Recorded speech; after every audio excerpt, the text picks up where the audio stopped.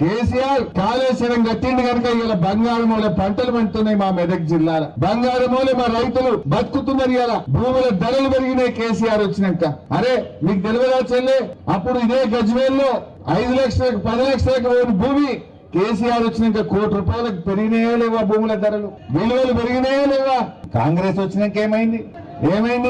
భూముల ధరలు పాతాళానికి, బంగారం ధరలు ఆకాశానికి అయినా లేవా? రేవంత్ రెడ్డి ఏమన్నాడు?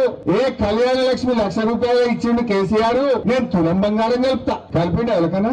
వచ్చిన ఎవరికన్నా? ఆ కళ్యాణ లక్ష్మి చెక్కు కూడా చక్కగొత్తలేదు. బంగారం ఇయ్యలేదు కానీ బంగారం ధరలు మాత్రం ఆకాశాన్ని అంటున్నాయి. భూముల ధరలు పాతాళానికి అంటున్నాయి. ఎవరైనా బిడ్డ పెండ్లు ఉన్నది, ఇంట్లో లగ్గం ఉన్నది, దవాఖాన ఉన్నది అని ఏదైనా ఒక అర్ధ ఎకరం అమ్ముకుందామంటే అసలు కొనటోడున్నాడా? ప్లాట్ అమ్ముకుందామంటే ఎవరైనా కొనటోడున్నాడా? ఇలా గజ్వేల్లో 100-150 షటర్లు కిరాయికి పడ్డాయి. టూలెట్ బోర్డులు కనబడుతున్నాయి. గిరాయికి అయితే లేదు. గజ్వేల్ని ఆగం చేసిండు.